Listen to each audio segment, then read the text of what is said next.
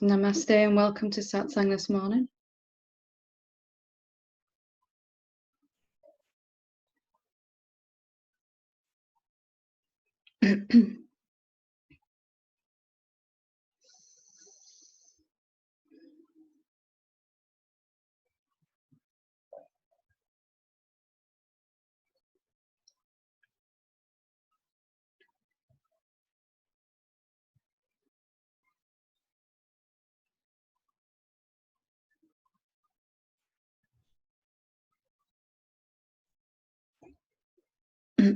So we've been working on a series of three integral parts of the teaching here, the core of the teaching.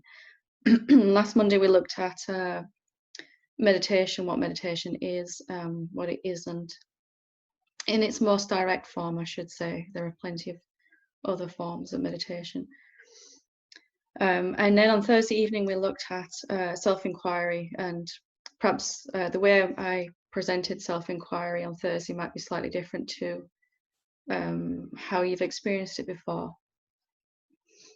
And I want to finish this set of three with a discussion about contemplation, because it's something that is that was and still is inherently part of my teaching, my own experience, my own transcendence of karmic patterns in particular.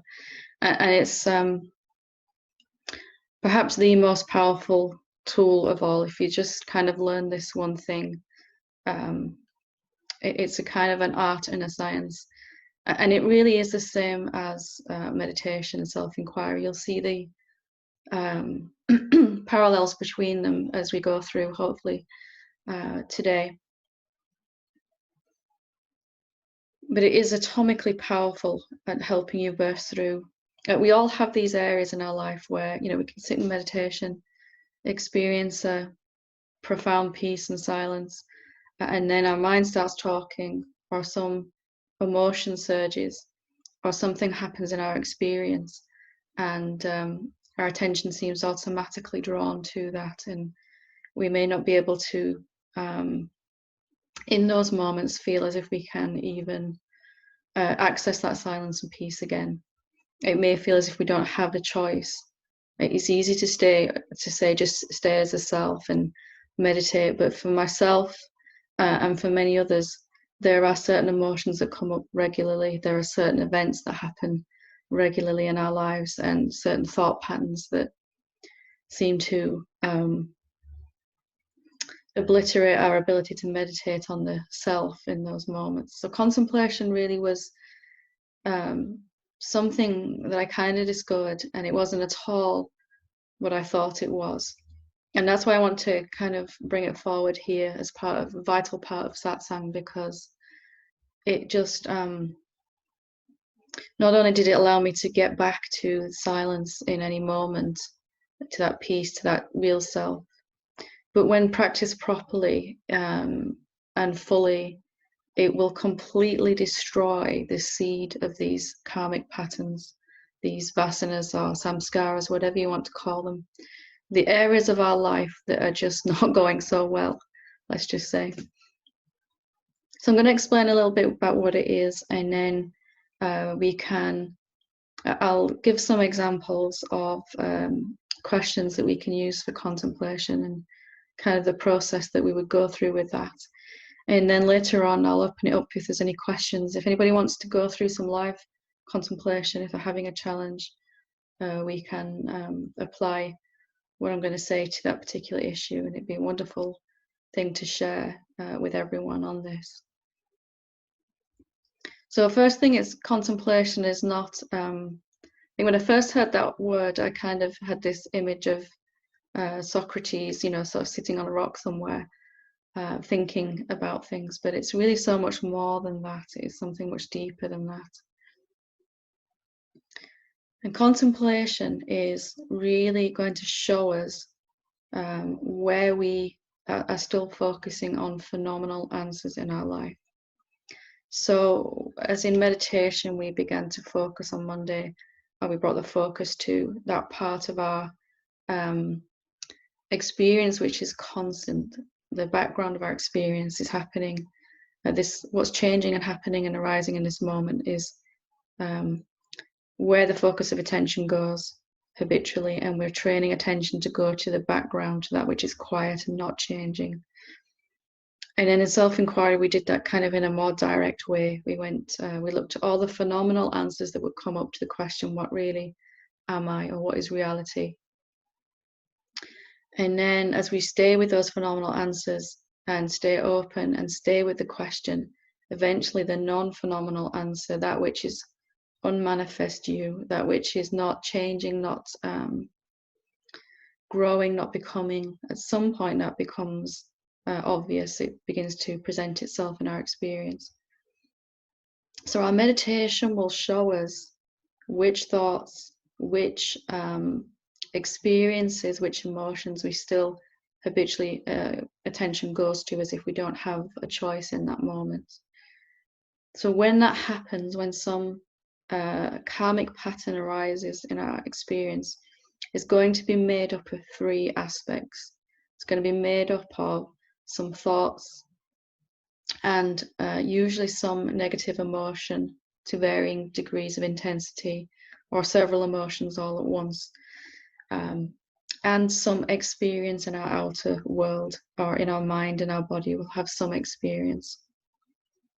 So there's a lack of something we feel we need in our experience, something doesn't show up when we want it to.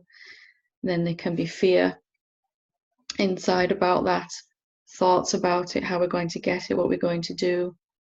There could also be anger around that. Why isn't it happening? What am I doing wrong? All of this kind of thing coming up. Wherever we seem to want or need something also, we will have some experience. The karmic pattern will be made up of three things: the experience in our relationships, our finances, our world, or our body, and some negative emotion will be present usually, and some thoughts around it. And you cannot get you can experience the thoughts and emotions without the actual physical event manifesting, but it's still the same karmic pattern.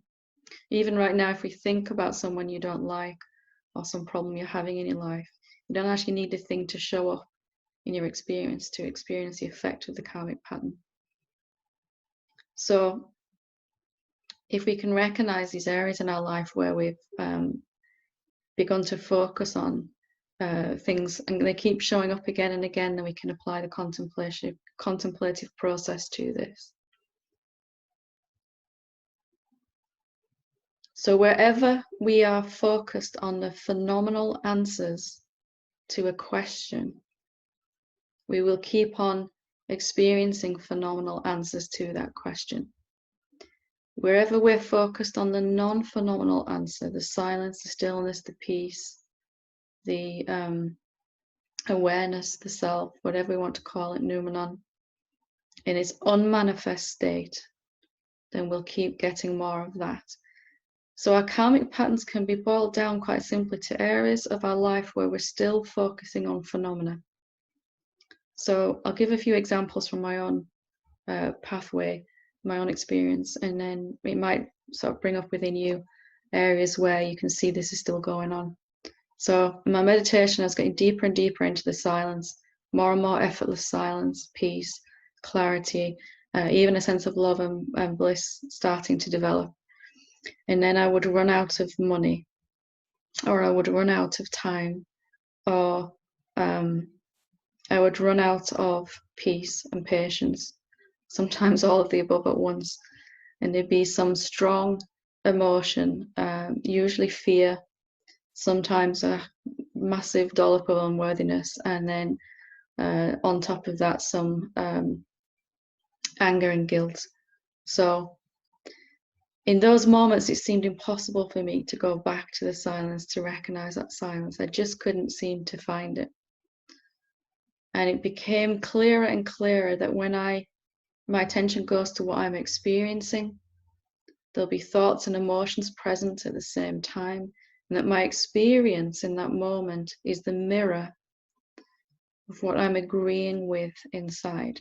So if I'm agreeing inside in that moment that I need more time, patience, energy, money, peace, whatever it is that I feel I need,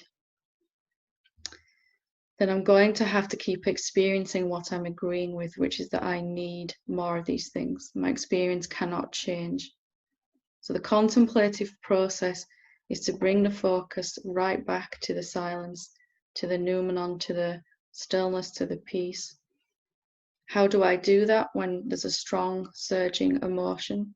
Well, I turn what I seem to be experiencing into a question. Is it really true that I need more time, money, peace, enlightenment, whatever it is in that moment? Is it really true? Even though my experience is mirroring back to me my conviction that it is true, I'm going to open it up with this question. The contemplative question is really the problem that we seem to be having turned into a question. And then there's an open stance, like in the self-inquiry process we did last week, to accept, experience, and continue with the question, all the phenomenal answers. So I asked this question, is it really true I need more peace in this moment right now? Even if there's a massive disturbance in the body and our mind is very sure that we do need more peace or more money or whatever it is that's happening. And in this way, we're staying open with the question. We're not going to keep allowing our experience to tell us what we think we need. Because we're allowing it to tell us what we think we need, we have to keep experiencing it. And because we keep experiencing it, we have to keep believing we need it more. And around and it goes. So contemplative process is going to shortcut this loop that we're stuck in. So, okay, even though it seems as though I do need right now, I'm going to ask, is it really true that I actually need this thing, whatever this thing is? It could be something very tangible like money, or it could be something very intangible like peace, compassion. Do I really need acceptance? Do I really need love? Do I really need enlightenment even? And first thing that's going to happen, like with self-inquiry, is we're going to get all the phenomenal answers to that question. Our mind's conviction that yes, we do need. And then as we stay with the question, our mind's thought frequency is going to enlighten, and the thought may come, actually, no, I don't need. I can see that I'm stuck in this loop, but I don't really need it. I'm experiencing it because. So mind will give these more positive, more enlightened answers. Still, they're phenomenal answers. If we stop at the positive thought answers to this question, we're going to keep going around because thought is in duality. And then if we continue to stay with this question, is it really true I need or I want whatever it is in this that we're putting in, fill in the blank with your experience? Then we're going to go to the emotional answers. So first is fear, guilt, anger, unworthiness, shame, everything we could possibly experience, irritation, frustration,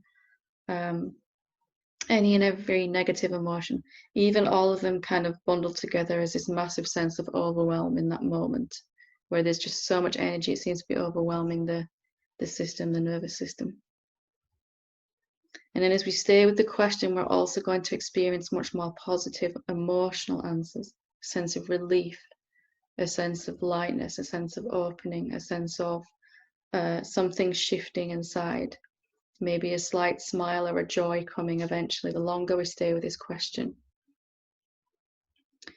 And then as we continue with the question, our experience is going to start to change. And how we feel inside is going to start to change. Eventually, at some point, the silent witness, the emptiness, the nothingness, formless awareness, beingness, consciousness, whatever we're calling it, is going to present itself as an answer to this question. Now, if we stop at any of the thought, emotional, or experiential answers, then we're going to be continuing the loop, because there really is only two types of answer to a karmic pattern, and that's the phenomenal ones and the non-phenomenal, unmanifest answer. If we stay with the question in our contemplation, until all we experience is silence, emptiness, nothingness. Whenever this situation arises, or whenever the emotion arises, or whenever the thoughts come, we can ask this question immediately and allow it to open our experience up. And when we allow our contemplative question to come back to the silence, we take it back to the silence every single time, we are destroying the seed of this karmic pattern, which is that we haven't, as we allow the silence to be the answer that we prefer gently, we're not making the other ones wrong, but that we're not stopping with the question until we get back to this silent piece. Then in that silence itself, thinking stops, mind stops, and there is no more seed for this thought pattern to then experientially manifest in our life in a phenomenal way. So we'll either be experiencing our thoughts and emotions about the trigger event that's happening, our karmic patterns, or we'll be experiencing the non-phenomenal answer around it, the silent awareness, knowingness. So if you can see what I'm experiencing, either in my finances, my relationships, my body, my work life, wherever the pattern is playing is a reflection of my agreement with the thoughts about it. My focus on those thoughts, even if it seems automatic and involuntary, is giving agreement to it.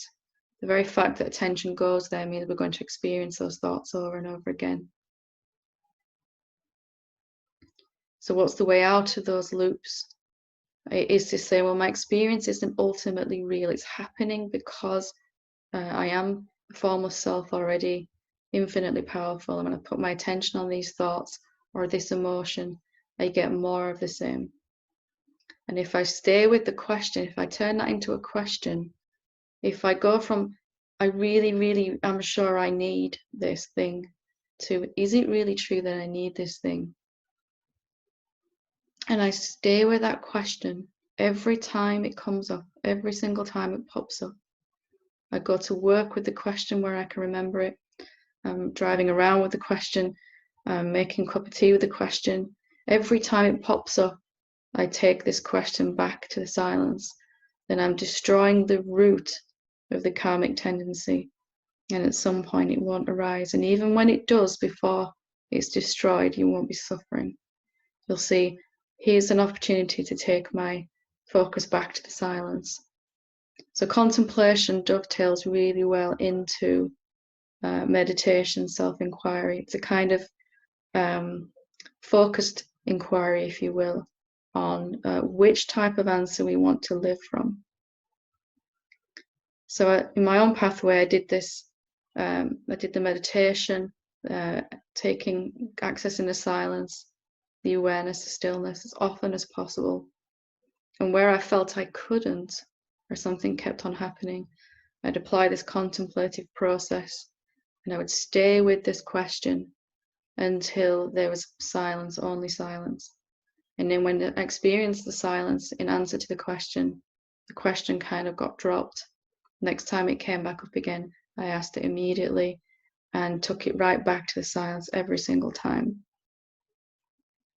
If you look at your life and the areas where your life isn't functioning so well, or where your meditation gets disturbed, or where your awakening seems to be sabotaged, it will be where you're really agreeing with thoughts or emotions about something, or allowing experience to kind of tell you some experience happens and there's some inner agreement that this is, yes, I need.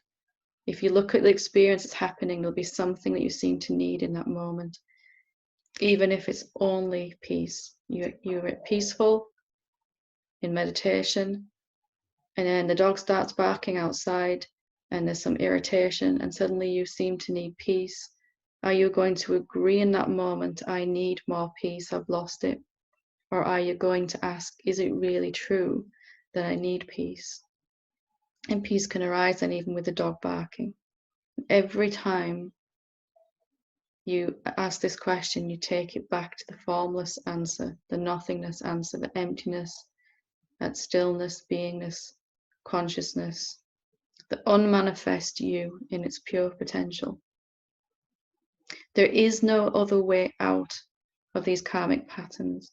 And in fact, from applying this contemplative process, then our karmic patterns are places that our life isn't functioning. Our vasanas can become an aid to our meditation to take it deeper. And then eventually this situation just won't happen at all. And even if it does, it will mean it won't disturb your effortless focus on the silence that you are. And this is probably why you've heard other teachings say that silence is the ultimate answer. Because only in the silence, in the formlessness, in the nothingness, in the beingness, is thought completely stopped, and also the root of thought. So in deep sleep, thought stops, but the seed, the root of thought, which is the tendency to focus on the phenomenal answers that we get to these questions, these issues, only then has that been extinguished. Only in the silence is thought not being proliferated. Nothing wrong with thought, but the more you wake up, the more power you have in the mind and body, the more immediately you're going to experience where your focus is. So the only thing we can really have any choice over and need any choice over is where our focus is. So some experience can be happening right now, and in the openness of the question, if you stay open and don't stop at the thought answers, don't stop at more positive thoughts, don't stop at more positive emotions. Those are nice and evidence of questions deepening, that you're staying with the question. But if you stop there, you're going to have to go around again and again and again. And I'm sure that we all could think of an experience that's happened in our life where this is has been occurring again and again in a loop that seems endless to get out of until you can apply this process. So contemplation is a science, it's an art, it's a profoundly practical and simple way to dissolve our karmic patterns, the things that disturb us. And it's immensely powerful when combined with meditation. You know, access to silence. Where I can't, I'll contemplate till I get back to silence. Or self-inquiry, what really am I? I'm either going to be focused on phenomenal answers to that question or non-phenomenal answer, the only one that's always there. And the result of all of these three becomes contemplation, self-inquiry, meditation. You can see hopefully that there's very, very similar. They're just a slight twist on the same thing to help when certain things come up. And then the openness of a question will, in self-inquiry and contemplation, will open us back up. Your life is going to show you, is showing you where your attention automatically goes to certain thoughts and emotions. Just because you've been doing that for years doesn't mean it can't stop in this moment. What do I seem to need or want when this thing happens? And can I turn that into a question? And what happens when I stay with that question? Well, is that true actually? With an openness to see. It seemed true because I keep experiencing it, but I keep experiencing it because it seems true. And the thoughts about it and the experience of it are the same one thing. One manifesting in here, one manifesting out there, the same one thing. And there is no other way to get to the root of our karmic patterns in this. Whichever karmic patterns you transcended, even accidentally, have been where we've lost interest in the thoughts and the emotions behind it. The emotion doesn't bother us anymore. It's just a simple, more direct way to apply this across the board. So combine this contemplative process with some meditation or with self-inquiry, and both of those are the same thing. So is contemplation.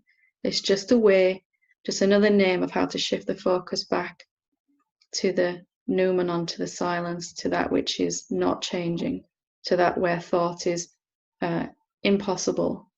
There is no way to have your focus on phenomenal answers of thought and emotions, or on the silent, still awareness. It's one or the other. You can have your focus on the noumenon, on the awareness, on the silence, and the body can be feeling an emotion, but you are no longer sustaining that and propagating it and setting up the next loop of this cycle. If your attention is on that which is not changing, and the question has taken you back to that, then this could be the very last time you experience this emotion, this pattern, this experience in a particular way it comes. And then your experience will begin to agree with your knowingness, the silence that says, I don't need anything. I don't even want anything. There is nothing wrong right now. All that seems obvious in that silence, that peace, is going to become a very much lived experiential reality. It's not going to be just a theoretical thing.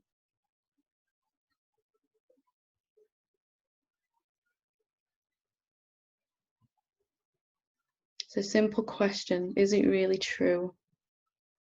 And it's staying with that question until the thoughts, the emotions, and the experience have shifted and you no longer have to experience them anymore. That's when you can drop the question. That's when you fully extinguish the root of this pattern, and not before then, unless you want to go around one more time.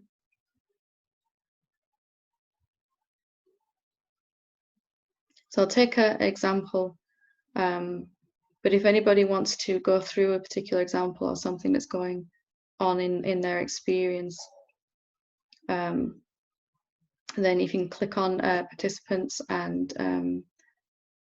scroll to the bottom of that, and there's an option to raise your hand, or if you just want to ask a question about anything at all, I will take questions after this. With a couple of hands up, let's go directly to the questions, because they're better live, real life examples of how to apply this, hopefully. So we'll start with Sophie.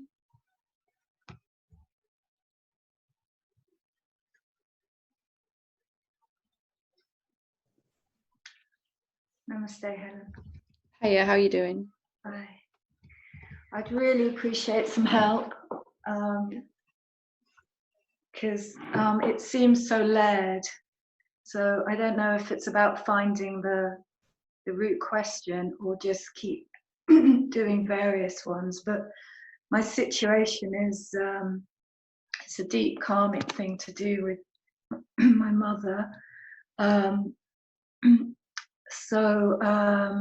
it's to do with money.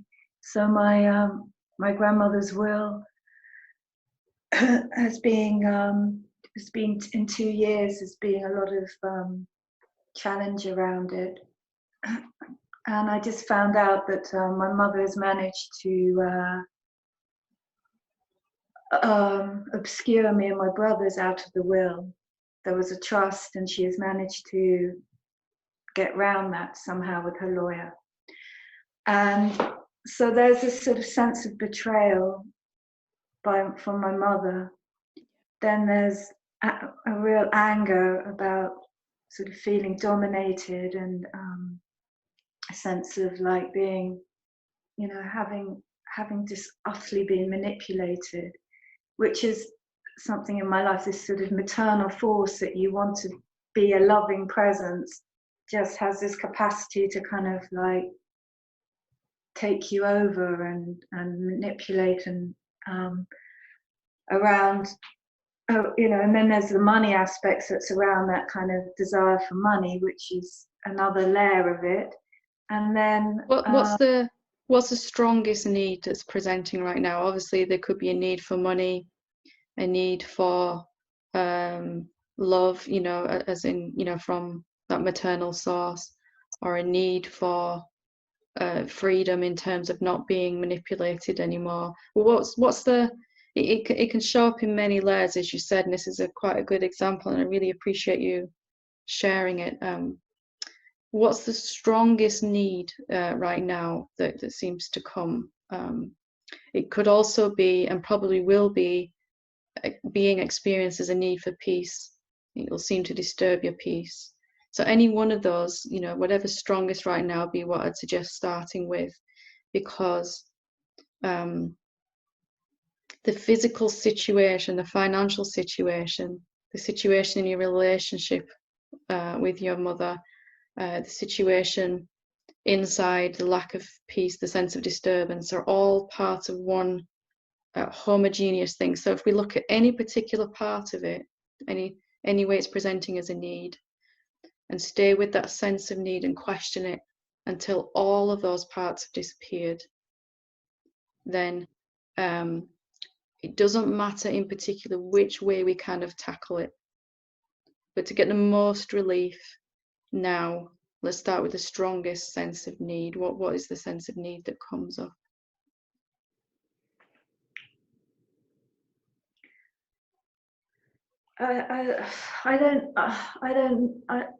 Is the peace, because there's so much anger, and the anger is, there's the anger, you know, I was looking at your, you know, you say that anger is, life isn't fair and I can't get what I want. So there's that, but there's also the anger of, it feels like the anger of the soul fighting, you know, having its own autonomy destroyed. You know, that sort of like a kind of sense of being overwhelmed by another being. Makes you really, makes you kind of furious, you know, because you feel like you've been, and I know that the calling of all of this experience is a great opportunity, and to you know, find that in me that isn't movable, isn't, you know, is powerful in all of that. So this is really such a, you know, and it's such a strong experience to have to live through. So, but I don't really know what the, other than I'm obviously very upset, but I'm very angry. Let's start then with the need for peace, because I think that's a universal thing that we all experience as well. Obviously, it's presenting itself in other ways as well. But we can work through the process right now with the need for peace, because if we can go through anything and experience peace, then we won't be suffering. That's the immediate spiritual first aid we can do to this. And then the longer we stay with this question, it's going to begin to work itself. The effect of the question is going to work itself into the emotions, into the physical manifestation too, and even into the financial manifestation, you know. So the actual way it's presenting financially may never actually get resolved in that way. It's something just as good or better will have to come in to your experience from taking this question all the way, you know. So if we don't hold so tightly with the particular way we want the money or the peace or whatever to come. So if you want to, we can do this right now. We can ask this question, and anybody else that wants to join in that's going through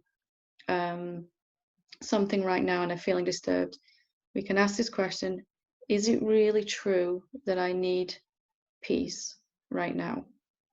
And all I want you to do, Sophie, is just to tell me what's happening inside when you ask this question. Is it really true? Even though I seem to need peace, I really, really seem to need peace.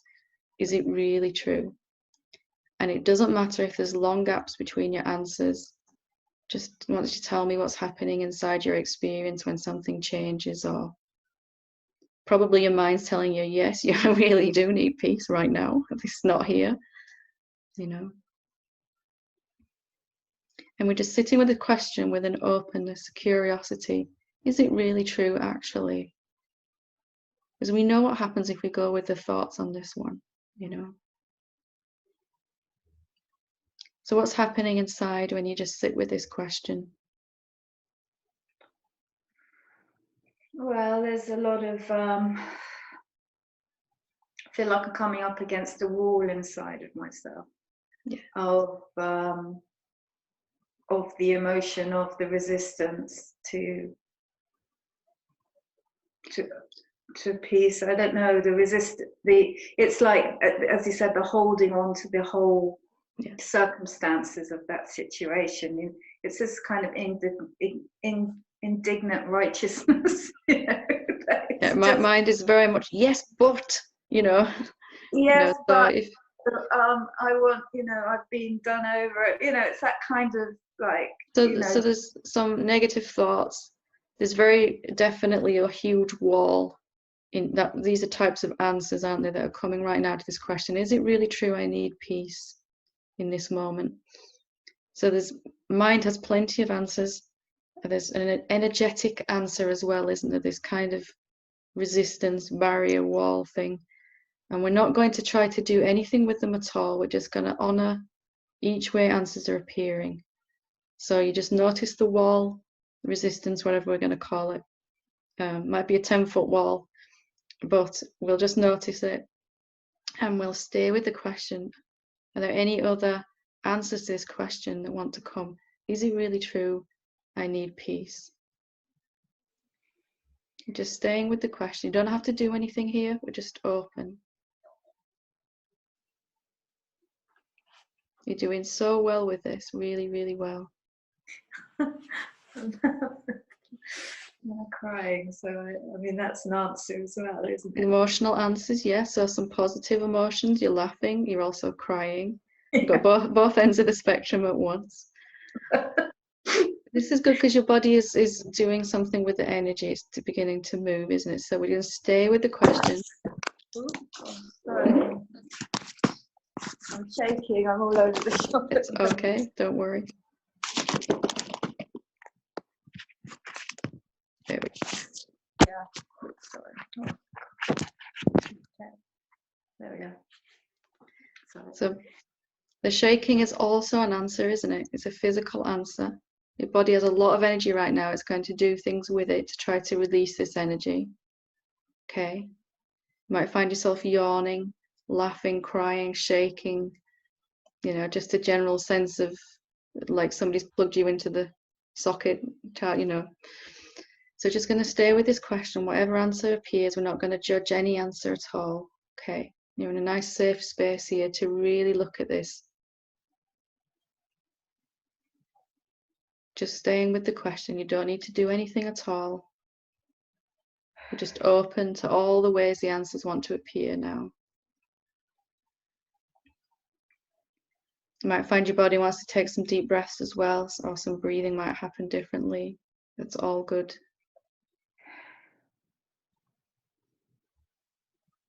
And maybe we can see that perhaps before we've been focused on, we've stopped at the thoughts and the emotions only, out of habit, out of not knowing any other way perhaps.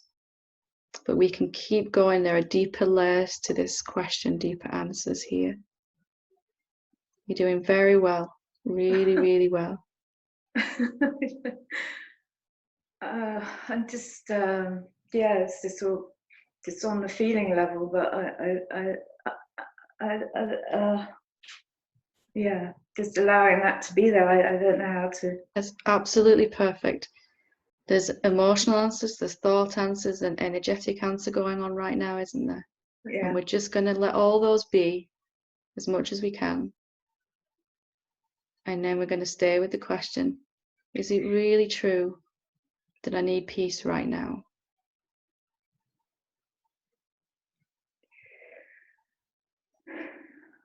It doesn't matter if it's a long while between your answers, Sophie, you're doing so well. Take your time.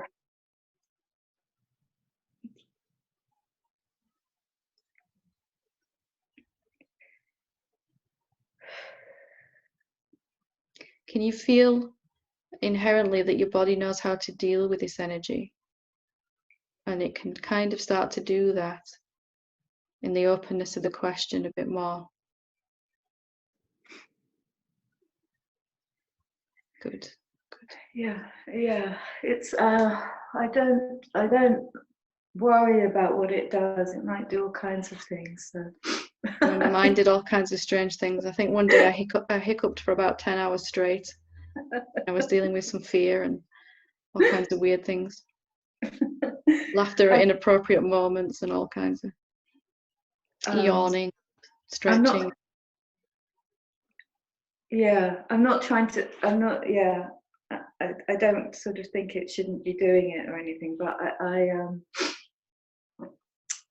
I don't seem to be able to go any deeper than that. So I see it as a healthy release, but it's not. Well, there's nothing we need to do to go any deeper. We're just going to stay with this question.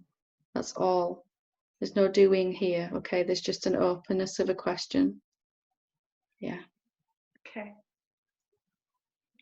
And it's great because it's going to be a lived experiential answer to this question.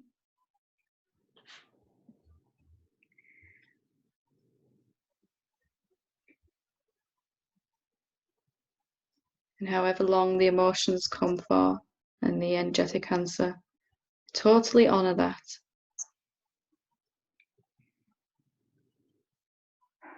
Is it really true?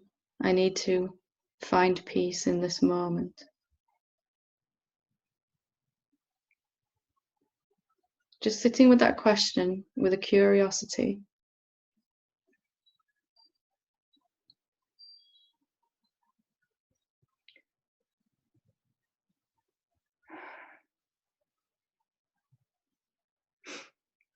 Right now you might be experiencing a different type of answer, which is a starting of a relaxation in the body.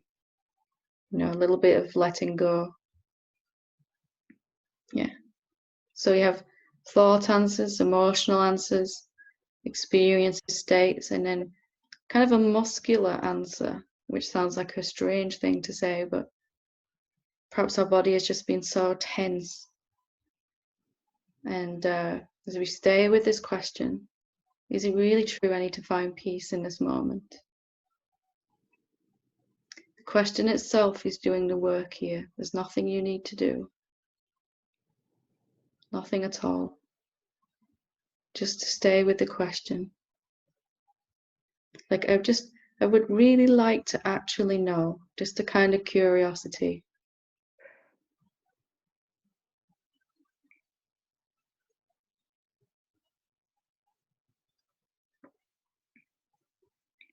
You're doing so well.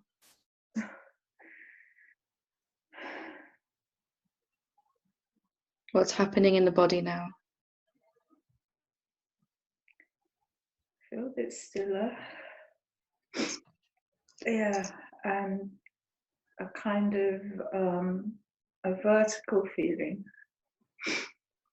somehow, like a kind of from my sort of tummy area, kind of like a kind of it's hard to describe, but just like a feeling of like a rod or something that is there. Mm-hmm. Yeah.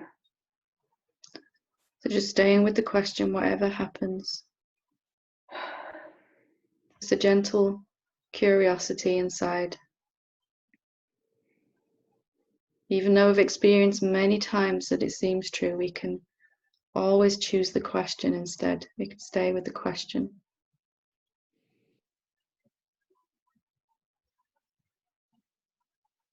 As we continue with the openness of the question, kind of move deeper into the answers. Not better answers, just kind of deeper. Gone through the thoughts, the emotions, even the energetic kind of answer. And into the muscular answer, and even further than that. Simply by asking the question and not rejecting any answer at all.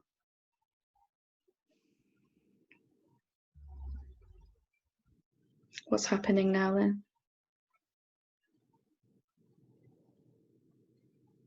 Well, the mind is saying it doesn't know, but on an energetic level, there's just more presence. That's, I mean, that feels like an answer on a deeper energy level. So the energy is calmed right down. And mind may continue to try to answer this question. There's nothing wrong with that, is there? It's not troubling you right now, your mind, is it? no. Don't try to get rid of any answer at all. They're all valid. We're just going to experience the fullness of the answers rather than just if you only focus on the thoughts and the energy, which can have a lot of charge behind it, then we have to keep going around and around again. Right now, you're transcending this karmic pattern. Right now, with this question. You're even starting to look a little different. You're getting your zen back, yeah. Okay. Thank you. What's going on in the body now?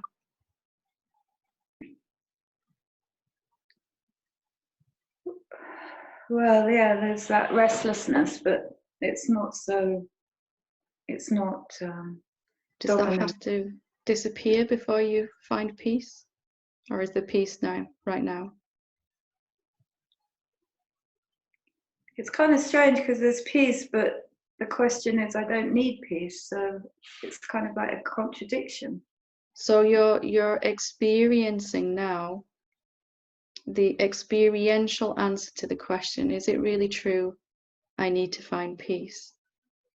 So we can either think we need to find peace or really feel we need peace, or we can actually experience peace as an answer to that question. And sometimes all of those, there can be thoughts, still be a kind of restlessness energetically, but also peace. The more you do this, every single time this comes up, you ask this question, the less phenomenal answers you'll get before the peace arises, and eventually only peace. If you stay with this question every time this situation arises in your life, either emotionally or actually physically or financially, until the emotions and the financial situation and the thoughts are no longer coming, not by rejecting them, but by going right through them and deeper into the moment. And you get to a point you can't even remember what the question was because it just seems irrelevant because you're experiencing peace. Mm. And each time you ask this question, you'll go through these stages that we've just done in minutes and then seconds and then instantaneously peace. What's the benefit of doing this? Every time you do this, you're no longer fueling the cycle. You've cut off its oxygen supply now. Right? If you focus on the thoughts and the emotions and the charge of it only, got to go around again. There's no other, because we've got to keep experiencing what we're agreeing with, what we're focusing on. We're not agreeing with it, obviously, in terms of we want it, but we're agreeing with it with our automatic focus because we're not sure how to go deeper. You know, so it's a very simple thing we've done, isn't it? Question, allowing all of the answers. Eventually, the experiential answer to the question is no, I don't need to find peace in this moment. You take it back to that where you're experiencing peace as the answer to that question. If you stop at the phenomenal answers, you're going to keep having to experience being disturbed. Keep needing again and again. Yeah. So if it shows up financially or emotionally or energetically, you can just ask the same question and until it stopped appearing. Right now, there probably isn't a sense of need of anything, even money right now, in this moment. Only if you go to future, thoughts about the future, is it going to seem like a real need. So working on any level of it is working on all of them. You're not agreeing that you need anything in this moment. Even that I need these phenomenal emotions and thoughts to disappear. I'm not even going to agree with that because I'm just allowing everything that wants to come. Yeah. You've done so wonderfully well there, and you've helped so many people with being so brave and sharing. I want to say thank you for that. No, thank you. Really, I don't think I've ever experienced an arising like in that way, so noticeably, or just have it in reflection, just shown in the way it's done. And there's still a lot of emotion moving, so there's tears coming still, but again, And it will be for a while. That this pattern has obviously been there for some time, has been experienced so many times. There's going to be a lot of charge behind it still. It may come up 3, 4, 5 times with similar intensity before it's allowed, and you just stay with the question. For me, fear and anger was with the big two that were just I don't know, maybe 3 or 4 times where they came up with such intensity, did the same thing every time. They come up with the intensity, but then you're not suffering as you're asking the question. You're not suffering because you're open. You're just allowing.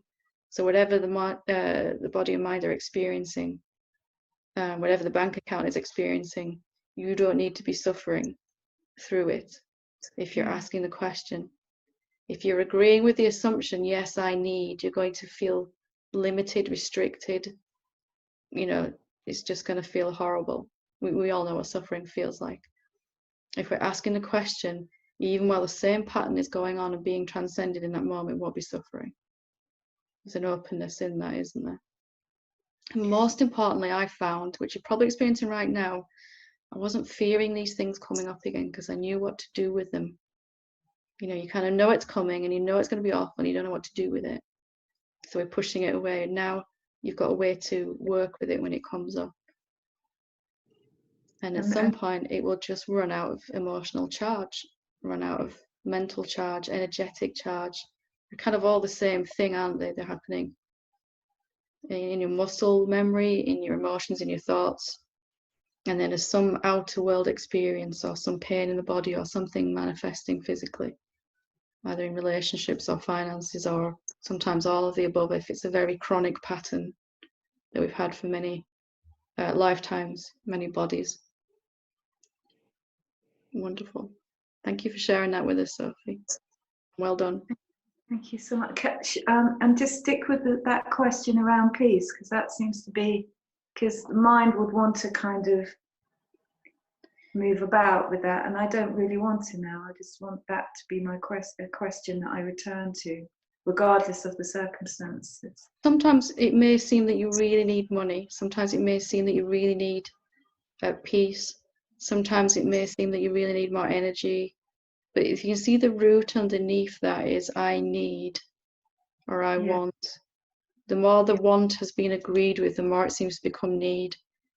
And then the more it manifests in the body is some tension, some negative emotion, and then it's reflecting somewhere in our life as a experience of needing something. So that's the root. Is it really true I need anything right now? That's a general catch-all. Sometimes you might feel guided to kind of, well, I really seem to need some money in this moment right now. Let me ask if that's true. Or, it might show up as peace, or if I just feel exhausted, is it really true I need more energy? Whichever way it's appearing.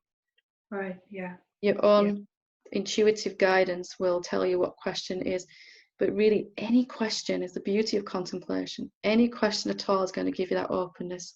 You cannot believe any thought at all while you're questioning. You're absolutely silencing you're not proliferating any thoughts at all while you're open with a question, which is why self-inquiry is just so powerful. What actually am I? Or what really am I? That type of thing. Lovely. Enjoy your peace. Thank you. Thank you so much. Thank you. Lovely. Can we go to Steve? Thank you, Helen. And thank you, Sophie. I was great with that. It was wonderful, and yeah, I think you've answered my question really. So I was in a situation yesterday, and I've been started opening meetings a bit in AA. I was invited to this meeting. There were 1 or 2 people there that I used to know from church who were still in church, sort of half when I left, I sort of left it all behind, you know, and I felt judged, blah blah blah. I sort of fell out with everybody in the church, and I've seen them a lot since then. I just try and keep it to myself, you know, and they don't mention it much now, but I always think I know what they're thinking, you know what I mean? I'm lost and all that bloody lot. And when I was doing it, going back about 30 odd years ago now, but when we were doing it in AA, we did cause a lot of trouble, a lot of division and blah blah blah blah blah, you know what I mean?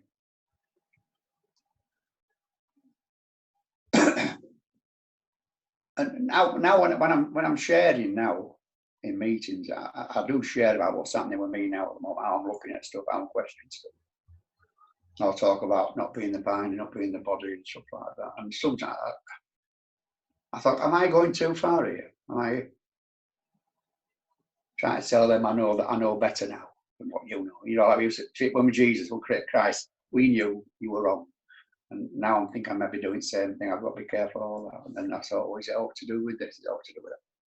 And I realised when I shared yesterday, I felt uncomfortable. I thought, I think I've just rocked their boat a little bit. Why do I keep doing this? And I started questioning it all.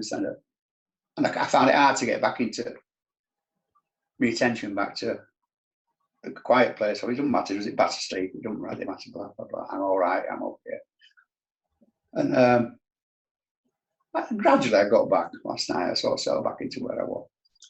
But I'm still trying to, well, why do I feel like that around them? Why am I like that around them? And I've realised, because when you were talking to Sophie, I'm back into that, trying to work it out again. Mm-hmm. And I didn't know what the question. I think I get confused as to what question do I ask in this situation. I'm not sure what's going on. I'm just uncomfortable, blah blah blah. But that do I need to be at peace in this situation? That's the one thing that's common with every karmic pattern, isn't it? Whether it's manifesting financially or relationships or emotionally or you know some illness in the body or all of the above, the one common factor with all of them, and if you look at all the ways that these vasanas, these patterns have manifested in your life, there's one common thing underneath them, and that is a lack of peace, suddenly a sense of disturbance, and a seeming absence of peace. And that's the one thing that's always present in all of them. You know, if we could go through any situation in utter peace, we wouldn't be trying to change that situation at all, no matter what happened. We'd be, you know. So that's the one common root, isn't it? Like you said, there's always this one thing that seems to be missing in that moment, and that's peace. That's why these things come up in stark contrast. We deep in our meditation, in this wonderful state of peace, and then something happens, the phone rings or someone knocks on the door or something seems missing in that moment. And it seems to manifest in the emotions in a physical way as well, but always as a lack of peace. Yeah. I seem to lose my peace. And that's the root need, isn't it? That something can, this idea that something can bring me out of the peaceful place, out of the silence, and that became my really important question for me. Can something bring me out? Is it really true something can bring me out of this? You know, I really stuck with that question for about 3 months or something, like, you know, almost like a mantra, but not like, you know, just every time I felt disturbed, like something had pulled me out of that meditative state. You know, some person, something missing, like money or argument with someone. It's not everything. I'm just like, okay, I seem to now need to get back to that state. You know, and that was the root of it. I need. But did you still find yourself sort of going through the debate? Can I change this? Can I at first? You know, At first, wrong, the more I stayed with the question, the less and less thought answers came to it, and there was more just emotional answers, and then peace. And then the more I stayed with the question, the less emotional answers even there were. There was just this energetic tension in the body, and then peace came, you know, as the final answer. And then when I still stayed with the question, the outer world trigger and even the tension began to disappear. It took a couple of months for the bodily tension, the contractions to fully go to where the body was just relaxed all the time and kind of open and forgot how to close up again. But all of that, I wasn't suffering through all of that because I was using the question, the openness of the question. You can't be, the body will experience tension and negative emotion when we believe thoughts. And when we're not believing thoughts with a question, there's openness, you know. And then whatever energies need to move can move. So the thoughts should be, without rejecting them, and the negative emotions, they should be diminishing each time you ask this question. You know, and then there should be less and less phenomenal answers. And eventually the only answer that remains, because your focus has been on it for so long, is the peace, the silence, you know, the stillness. Yeah, I think I'm all right. I think I'm on right track. I'm doing okay with this. It's doing all right, and that's working. Good. Just said, I thought, well, what's going on here? And then I realised when you were talking to Sophie, I thought, well, you just didn't know which question to ask. If you know, because the question, can it set me away from it, didn't register this time. But maybe if do I need peace in this situation now still? And I think that might have done it. Yeah, exactly. And even eventually there won't even be a conscious question. There'll just be a recognition. Hang on, I'm focusing on some phenomenal answer here. That's right, yeah. You know, and there'll be an automatic shifting of deepening into what other answers are there here that I've excluded in this moment. Lovely. Thank you. Keep up the good work. Good. Fantastic. Okay, we will leave it there for today then. Thank you very much for the brave sharing today, and namaste.